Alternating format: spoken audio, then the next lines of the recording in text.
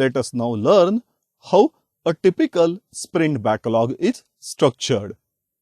Here you can see sprint backlog of our 2020 project. You can see here that it contains list of requirements taken for the current sprint. For each requirement, there are set of tasks, and then for each task there is an estimate and also a resource allocation for that task. Also, you can see that as the sprint progresses, you can see it also has day-wise amount of work remaining for that task. Note that it is amount of work remaining and not completed.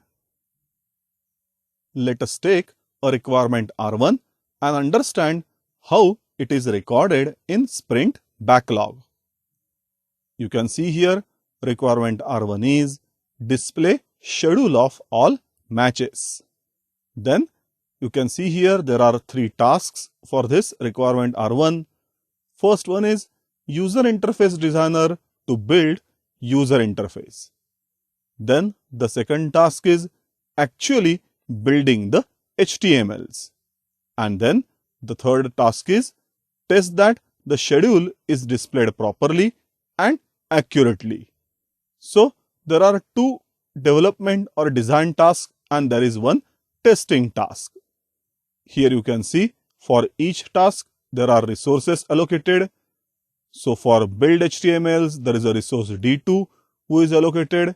Then for UI designing task there is a resource D1 allocated. Now here you can see for this requirement R1 for each task there are individual estimates. So UI designer to build UI is going to take 2% days.